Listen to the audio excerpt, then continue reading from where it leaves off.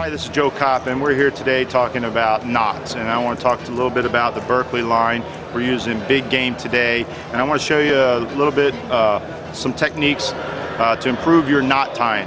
If you've been living under a rock, then you haven't heard about it. Otherwise, everybody knows about the Palomar knot, and it's a very effective knot that can be used under light line as well as heavy line. What I want to show you today is a few tricks on how you can improve your success in tying that knot, making sure that as you put those two leads through the eye, you don't want them to twist, you want them to be parallel. If they get twisted like this at all, you lose over 50% of the knot strength. So I want to show you a few tricks today. With the Palomar knot, you want to double your line through, so you want to put that through very easily. Oop. Now, the number one thing that most guys do is they just start grabbing this line together and trying to tie it up.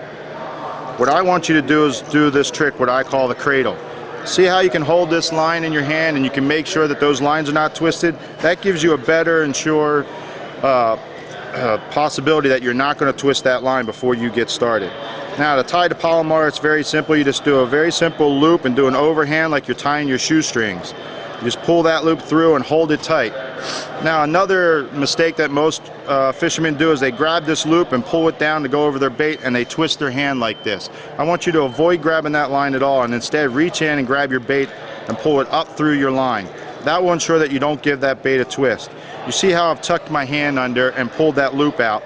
Because the last thing you want to do is you want to grab that bait and put your finger in the front here and start tightening it down on your finger. That way you're not tightening down onto your clip and you're not getting it tangled up in your jig hair or your spinner baits. From here, the most important thing is you want to wet your line. Most guys lick their line, but they really don't wet it enough. What I want to show you is what I use on my boat. I put a sponge in a bucket. This way you really get that wet. Look how wet that's coming out. That's the kind of wet I'm talking about, so that you get that knot to slide down nice and smooth. See how easy that slides down? That knot is going to cinch down really tight and be really secure up against that split ring. That's a good knot. That knot's going to give us 95% or higher on every pull test. I built a machine right here. It's a knot machine. We test these knots, and I'm going to show you today that with that extra tricks and extra care in tying your Palomar, you should be able to get a knot that's 95 or better. Again, we're tying 15-pound braid or 15-pound mono on big game. We're going to see what we get out of that knot today.